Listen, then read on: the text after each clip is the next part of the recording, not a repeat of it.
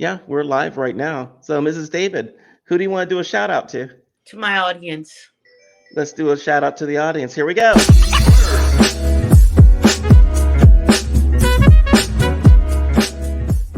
All right. So, guys, we're back again today with another amazing sidekick. We're talking to Mrs. David, and she is here with us. Just she's going to tell you all about what she does. And unlike the other psychics who have been gypsies, Mrs. David is Native American, and I want to learn all about what's the difference between what she does and maybe what some of the other people do. So, hi, Mrs. David. How are you? Fine. How are you, sir? I am fabulous today, and I absolutely love your place. I love looking at the whole background there. Very nice. Thank you. So, Thank you've you. had your gift for a while, the your psychic gift. You were telling me before. How long has it been? I've been a psychic for 29 years now. That's amazing. That's amazing. How did you know when you first had your abilities? What really stood out? Feeling people's energy. I was about 12-year old, Mm-hmm. and feeling people's energy. Sometimes I could feel what people were thinking, were feeling, whether it was sad, whether it was happy. And that's how I realized I was intuitive. Excellent. And then did you start like doing readings for people just on Not the at a side young or? age. No, not at a young, not at 12 years old. No, Mm-hmm. no. I was a lot older when I started. That's excellent. And now you do this professionally. Yes, since Okay. 29 years now. Wow, that is I'm a amazing. native Cherokee Indian, and that's how I got my ability from my I love heritage. I love that. You know, one of the things I definitely want to talk to you about, and because you've been doing this for a while, is we've got a lot of psychics out there, and I'm not knocking anyone. I just want to know what do you find is the difference between psychics now who are just started and ones from the past that have done stuff? That's a good question.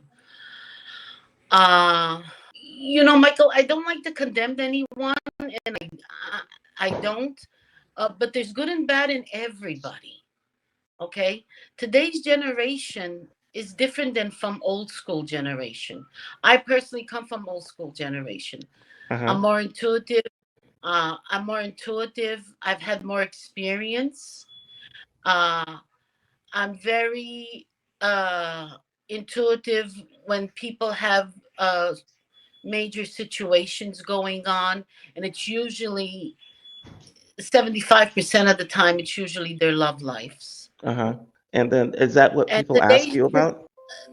75% of the time, yes, it is. It Yeah. is. Whether it's marriages, whether it's fiancés, whether it's boyfriends, whether it's strangers, people ask about their personal life. I mean, people have issues also with their career, with their health. And there's some things that you can help with, and there's some things that you cannot help with. Right.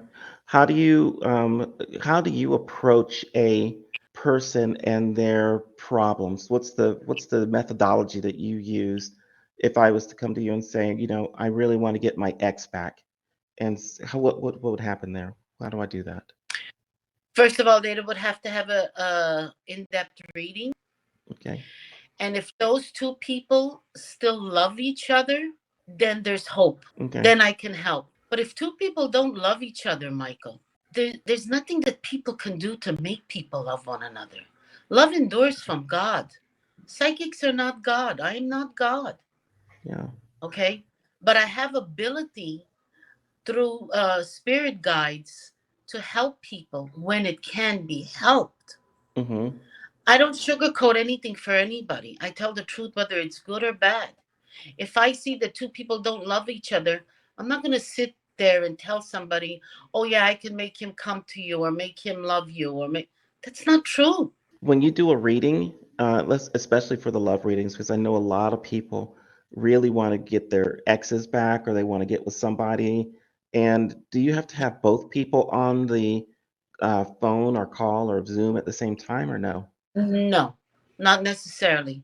If two Okay. people still love each other, whether they're husband and wife or fiancés or boyfriend and girlfriend, if they still love each other, one person can do it on their own.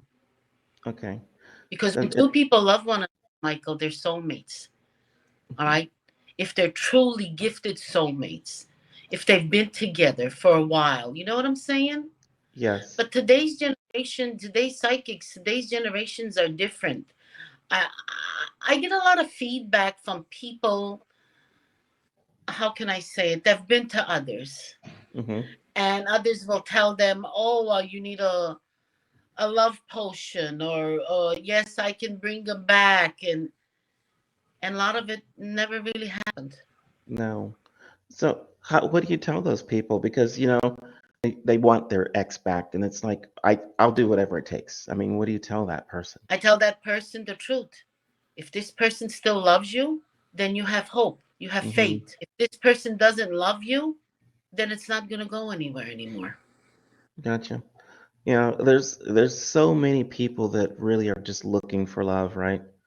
And Yes, they it's a seem lonely lost. world. It is. Yes. Um, what happens if people, like, you And tell that's them? why I try to give guidance, to Mm-hmm. give guidance. But you've got to give guidance with the truth, okay? Yeah, It has to be the truth, whether it's good or bad. It's about your life and you want to face the truth. yeah. What happens when you tell somebody that, look, there's just no hope of you getting back together, and they don't want to accept that answer? You have to help them with guidance to move forward, to move on, Yeah. to find their true soulmate, to find their true love, to open their energies, whether it's their chakras or their love chakra, because there's several different chakras.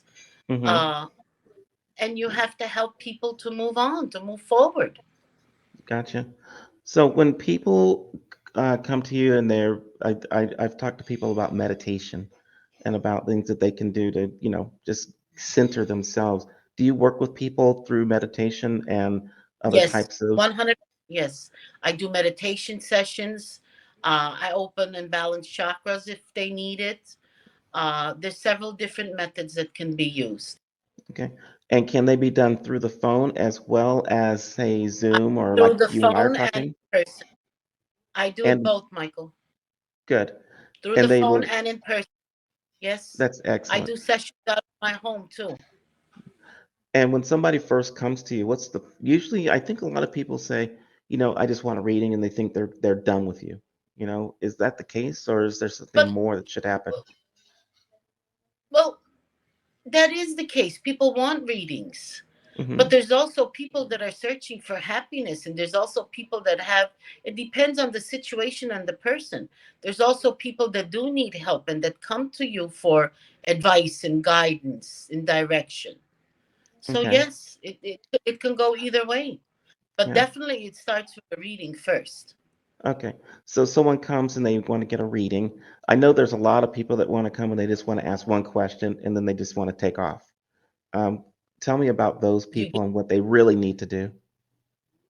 you get those too. Like, I give a complimentary question, yes, by phone, but it's not enough for them when they're in a situation. They need to have Hmm. a reading done. A reading is going to tell the truth, good or bad, about that person, about other people in their lives, family, career. A reading is going to open up everything and have answers for them. And how long does, like, reading, so you meet the first person, they come to you and you tell them, let's do a reading. How long does a reading usually take, and what does that involve? Michael, first of all, I don't charge by time, Okay. and it depends on what's going on in that person's life. Okay. Some Hmm. readings can last 30 minutes, some can last an hour. Some people don't have nothing going on in their life and it can last 20 So, minutes. well, I'll tell me some of the most interesting requests that you've ever had from people. See, people who want things that you go, either you can't provide because it's just not possible, or it's not likely that those things will happen. Have people ever done that sort of thing? And they'll say, Yeah, "Hey, Mrs." talk to the Okay, spirits of their dead animals, oh, which they is can't. which is very not common and it's weird. Yeah, And it I would doesn't say. happen. It really doesn't happen. Yeah. But people ask you to talk to the spirits of their dead animals. Yeah, yeah, a Hmm. lot of people do. Interesting. No, I want my animal to stay dead. you know. There you go. Yeah, he was good while he was here. Right, exactly. Right. Hey, Cooper, how are you? No, no, he's not here. So, what sort of things do you hope for when you're actually working with the what do you want to call it, with your clients? What kind of things and outcomes do you want or expect from them? To help them, Yeah. to And help what's them to the have peace, to have peace, uh, to have direction, mm-hmm, to have the person that they love, if that person still loves them. And if gotcha. not, for them to learn to move on. Because There you go. sometimes, Michael, it's very hard for people. It's very hard for people when they lose someone they love. It's hard for them to move on. It's hard for them to relate on a day to day basis. There's a Mm-hmm. lot of people that are struggling out there. So, And if uh, if if one can bring peace to them and direction, I think that that's awesome. why do you think so many people want to get back with their exes instead of moving on to someone else that's new, given that there are, what, 7 billion people on the world? That's like it's 1 to 7 billion. That's a lot. That's a $7 billion question. But the heart wants what it wants, I suppose. Okay, I guess that's what the deal is. I'm So sure. I I can't figure it out myself. I'm gonna just try and jump in the car and find a new one. There you go. Okay.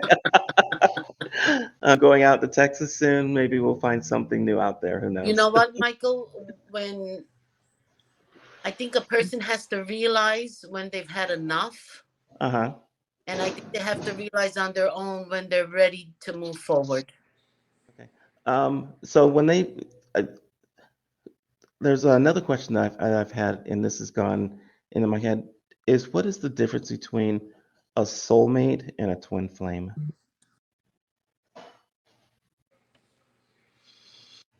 It's basically the same energy. It's just a lot of people call it twin flame. Soulmate comes from old school. I Okay, think twin flame is something they invented these new generations. gotcha. So, Mrs. David, this has been an amazing interview. I have to tell you that even though there's people in my house and there's things going on with phones and technology today, this has been a really, really good interview, and I've learned a lot. Thank you. I So, hope so. I if you hope were that to, I was able to bring some insight to people.